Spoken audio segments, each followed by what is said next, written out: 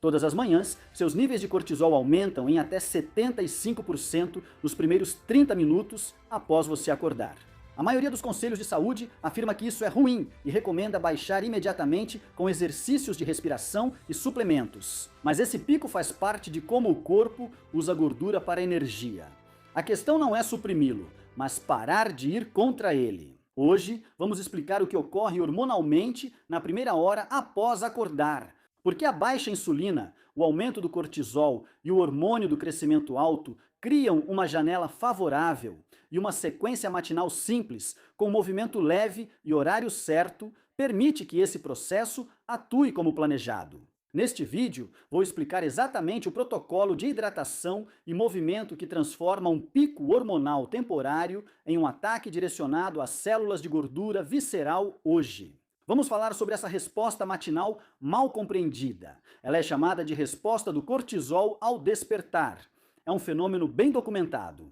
Sabemos que o cortisol aumenta de 38% a 75%, ou em média 50%, nos primeiros 30 a 45 minutos após acordar em cerca de 77% das pessoas saudáveis. É isso que nos dá o estado de alerta, certo? É isso que nos desperta. Você deve ter uma boa resposta do cortisol ao despertar. Caso contrário, ficará cansado 30 minutos a 1 hora depois de acordar. Pessoas sem boa resposta do cortisol ao despertar costumam sentir fadiga durante o dia. Isso é amplamente determinado geneticamente quanto à quantidade de cortisol liberada. Sabemos que um padrão estável em qualquer pessoa está ligado à atividade do hipocampo, preparando o eixo hipotálamo-hipófise-adrenal para o dia seguinte. Isso não é ruim, pelo contrário, considero muito bom. É um processo circadiano normal. Isso está presente em praticamente todas as pessoas que já existiram, desde que os seres humanos começaram a acordar de manhã. Especialistas às vezes ignoram que a resposta do cortisol ao despertar não é boa nem ruim, mas uma ferramenta.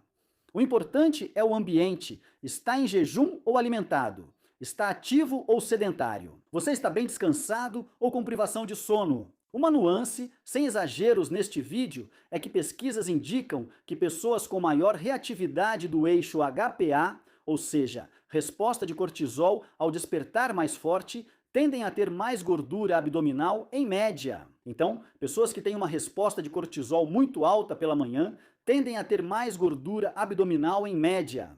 Aproveitar isso não é um botão secreto que você aperta e garante a perda de gordura, mas é uma peça de um quadro hormonal maior. Se usada corretamente, essa ferramenta pode ajudar a queimar mais gordura visceral, o tipo perigoso que envolve órgãos e causa inflamação no corpo. O objetivo é entender o que ocorre no seu corpo todas as manhãs e não agir contra isso. Agora, vamos abordar o mecanismo biológico da queima de gordura.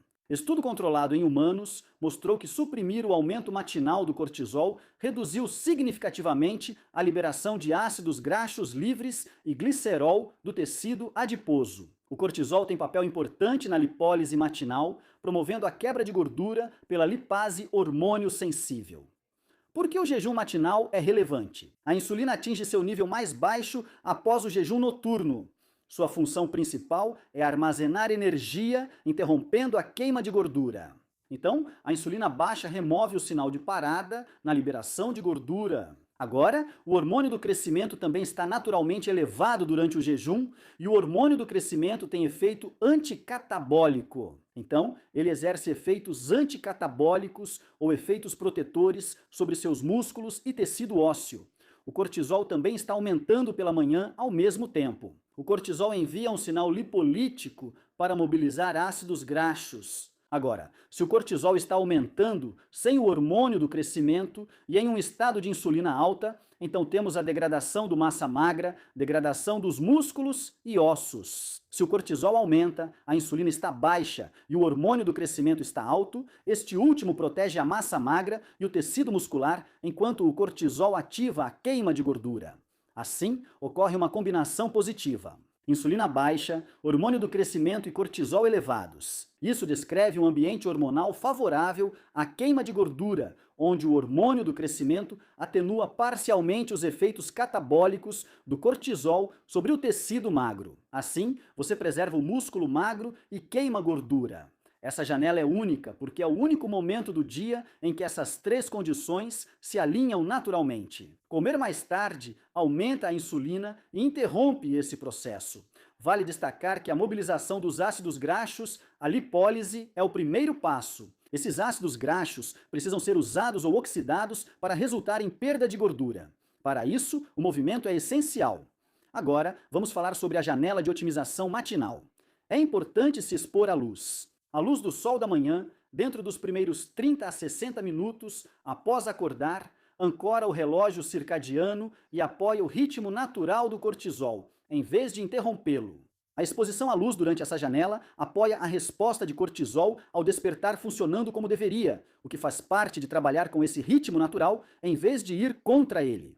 Além disso, você precisa entender o momento certo para consumir cafeína. Pesquisas indicam que a cafeína consumida na janela da resposta de cortisol ao despertar se soma à resposta natural do hormônio, em vez de apenas atenuá-la. Basicamente, isso adiciona um estímulo extra em cima de um sistema que já está ativado. Para alguns, isso causa agitação, ansiedade ou uma resposta da pressão arterial mais intensa na primeira hora. Uma lição prática disso é que, ao adiar a cafeína por 60 a 90 minutos pela manhã, você permite que a resposta natural de cortisol ao despertar faça seu trabalho primeiro. Depois, a cafeína proporciona um segundo impulso separado mais tarde, em vez de ambos acontecerem ao mesmo tempo. Você aproveita melhor a cafeína esperando 60 a 90 minutos após acordar. Isso não está relacionado à cafeína prejudicar a queima de gordura. É sobre evitar juntar dois estímulos ao mesmo tempo sem necessidade. Vamos falar de regulação de temperatura. Sabemos que a exposição ao frio, tomar um banho frio ou pegar um ar frio lá fora por um tempo curto, isso desencadeia a norepinefrina, que é outro hormônio do estresse. A norepinefrina estimula independentemente a queima de gordura ou lipólise por uma via separada do cortisol. Isso pode complementar o ambiente hormonal matinal, atuando como sinal lipolítico extra ao que já ocorre naturalmente. Não precisa ser algo extremo. Até mesmo uma exposição breve e leve ao frio já ativa essa resposta. Agora, vamos abordar o período de movimento em jejum, que é importante. Atividades leves são ideais para esse período. Movimentos leves e constantes, como caminhar ou pedalar devagar, usam ácidos graxos como combustível, sem aumentar significativamente o estresse além do já elevado cortisol.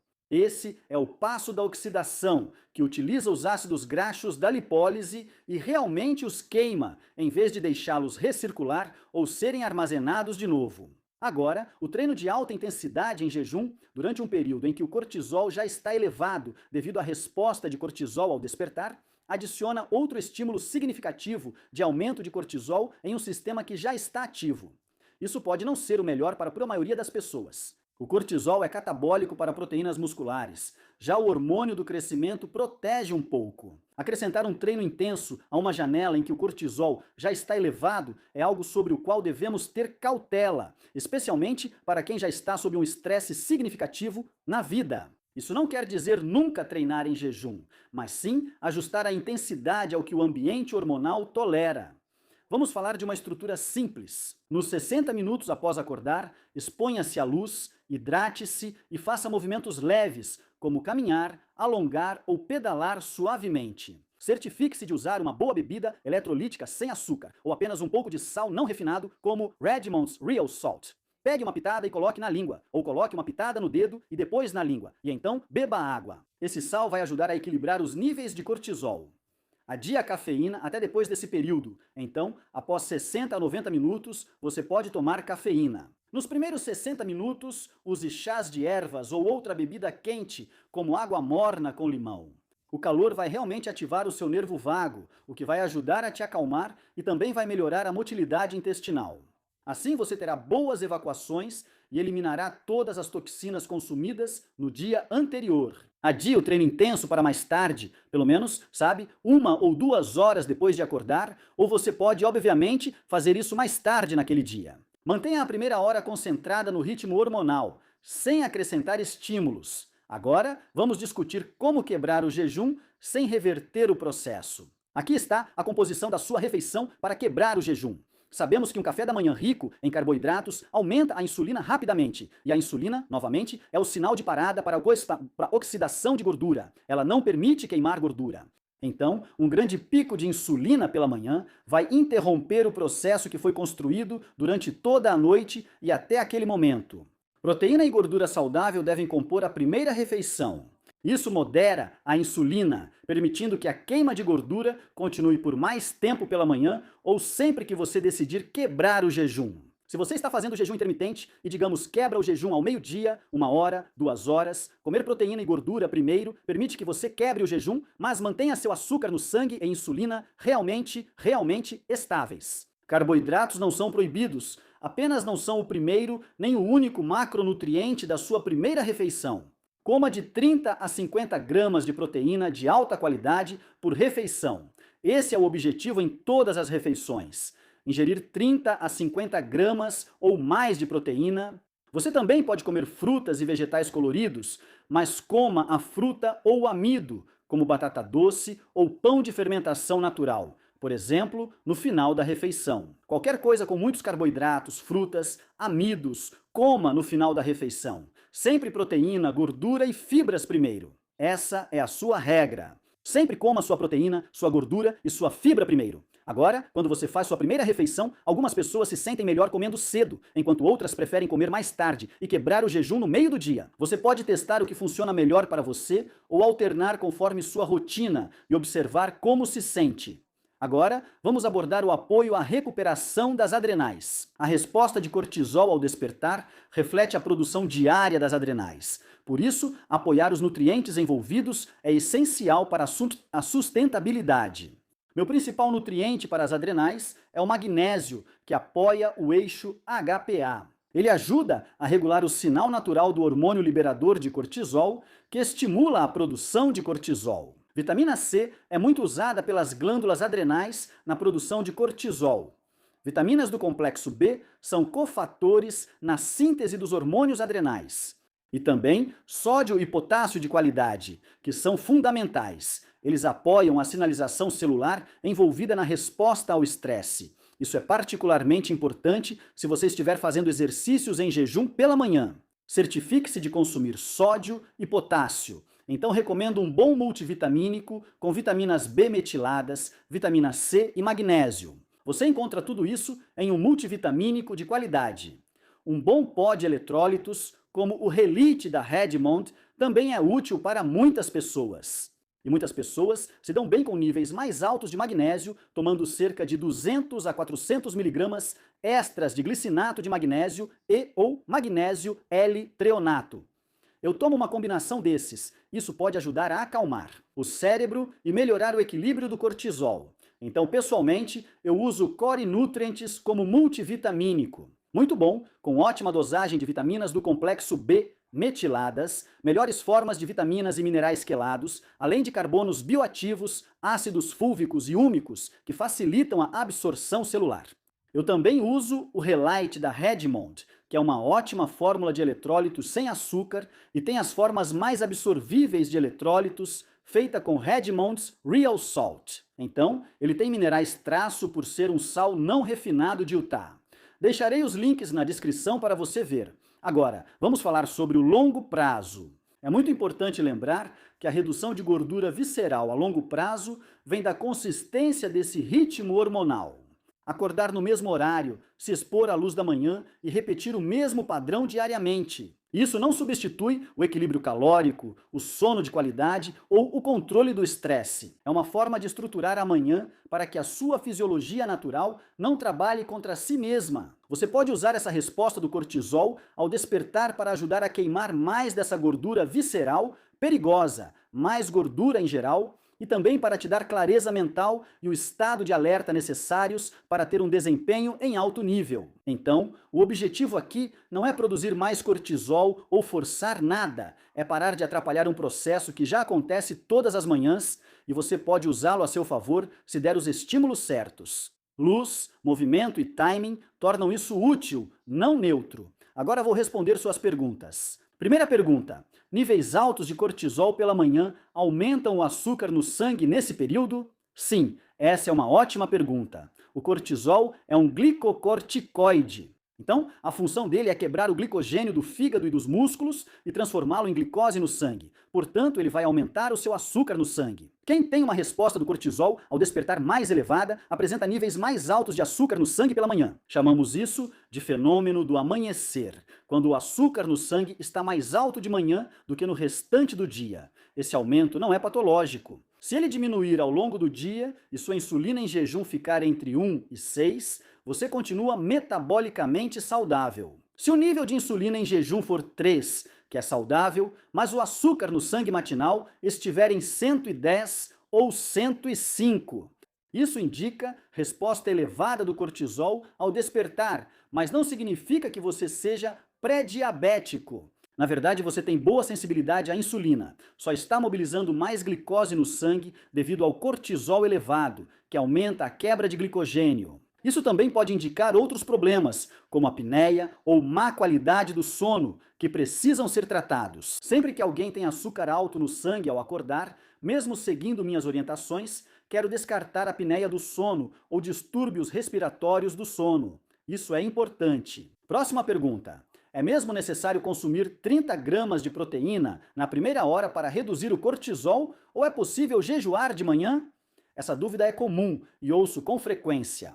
Isso depende muito de como você dormiu e da quantidade de proteína que consome. Descobri que ao consumir de 100 a 200 gramas de proteína por dia e se hidratar bem pela manhã, é possível jejuar de manhã e manter o cortisol estável. Não é necessário consumir muita proteína no café da manhã, desde que ingira o suficiente durante sua janela alimentar mais tarde no dia. E então, pela manhã, você se hidrata bem e garante que está consumindo eletrólitos também. Principais causas do desequilíbrio do cortisol incluem sono ruim, estresse alto e desregulação do açúcar no sangue por excesso de alimentos processados e pouca proteína. Além disso, a desidratação e a baixa ingestão de sal são fatores importantes. Então, se você acertar nesses pontos, pode fazer o jejum matinal e comer suas refeições mais tarde no dia. Existem centenas de milhares, se não milhões de pessoas que estão fazendo esse tipo de jejum matinal e se sentindo muito bem com isso agora. Essas pessoas estão tendo ótimos resultados. Algumas pessoas se dão melhor comendo mais cedo, e se isso funciona para você, eu apoio totalmente. Também pode ser muito vantajoso para pessoas que talvez tenham dormido mal ou estejam passando por um período de muito estresse, comerem bastante proteína logo cedo para estabilizar o açúcar no sangue desde o início. Então, última pergunta: e se o único horário que eu tenho para treinar é de manhã antes do trabalho? Se eu tenho cortisol alto, devo simplesmente pular o treino ou fazer mesmo assim? E essa é uma pergunta realmente muito boa. Você ainda pode treinar, mas talvez precise reduzir a intensidade e focar mais na recuperação. Eu evitaria fazer treinos longos, como malhar por 45 minutos a 1 hora. E eu teria um volume total de treino menor. Então, a quantidade de séries que você faz precisa diminuir. Você pode levantar pesos e ter um ótimo treino em 20 a 30 minutos. Descanse 1 minuto entre as séries para normalizar a frequência cardíaca.